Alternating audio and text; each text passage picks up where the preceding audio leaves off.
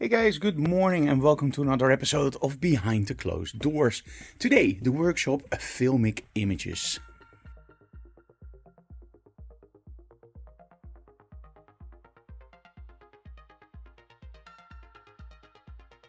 So, what are filmic images? Well, it can be anything from a great portrait to something more advanced. It all depends on what you see as filmic, or in other words, telling a story, having a narrative. And I think with photography, that's one of the most important things. Having a narrative and telling something with your images. Now, telling that story can happen in many different ways. The first thing that comes to mind, of course, is movies. But yeah, we're working with photography, so we're having still images. But it doesn't mean that you can't tell a story. For me, a story is everything that happens in the image. It can be a little bit of smoke, it can be color, it can be the lighting or the set, everything combined. And today our model is Nadine, so we're pretty sure we're gonna have great styling. So join us for today's episode of Behind the Closed Doors, the workshop Filmic Images. And today we are gonna mix and match a little bit. Let me explain. Okay, so here in front of me are the Geekoto strobes, the 200 and of course the 250. And you probably already saw me doing a review of those, and I'm really impressed with these little powerhouses. So today we are gonna mix and match. Now don't worry, in the studio we're still gonna use our Hansel strobes, but because we are now in the testing period of the Geekotos, we are gonna try to see how they hold up in the studio. Now the first problem I have to tackle is actually that not all the students have the same camera. So for example, I'm shooting Sony, one of the students is shooting Canon or Nikon or Fuji or Leica. And of course, it's not very economic to have triggers for every single camera. And also that can be a problem because you change something on the trigger, you give somebody else another trigger, and the whole setup is gone. So what we're going to do is we're going to use one trigger to set up the lights, and we're going to use two universal triggers actually to trigger the strobes. So it's a little bit of what we call in the Netherlands een houtje-touwtje oplossing. In other words, it's a little bit of a MacGyver solution, but it works like a charm because, let's be honest, you set it up via the radio channel on one, see it as a sort of remote control or an app, and the students just trigger it with a very simple dumb trigger. It sends the signal, the strobes go off, and you're done. So I'm very curious to see how the Geekotos actually operate in a studio setting. Now, of course, we do have some converters, so we are able to fit all our Hansel equipment on the Geekotos. Something that doesn't really make sense for us because when we're shooting in the studio, the Hansels have a lot of advantages, like for example continuous power. They recycle very, very fast. You can shoot 12 frames a second if you want. They have an insanely fast insanely fast flash duration, so you can freeze motion. And of course, they are very, very powerful in their modeling lights. And that's something for the Geekotos, of course. They're not designed really to do heavy duty studio work, so the modeling light is a little bit dimmer. Today we're gonna test out if the modeling light in a studio will actually be a problem or will work like a charm. So it's gonna be an interesting workshop. I'm really looking forward to it. Let's go.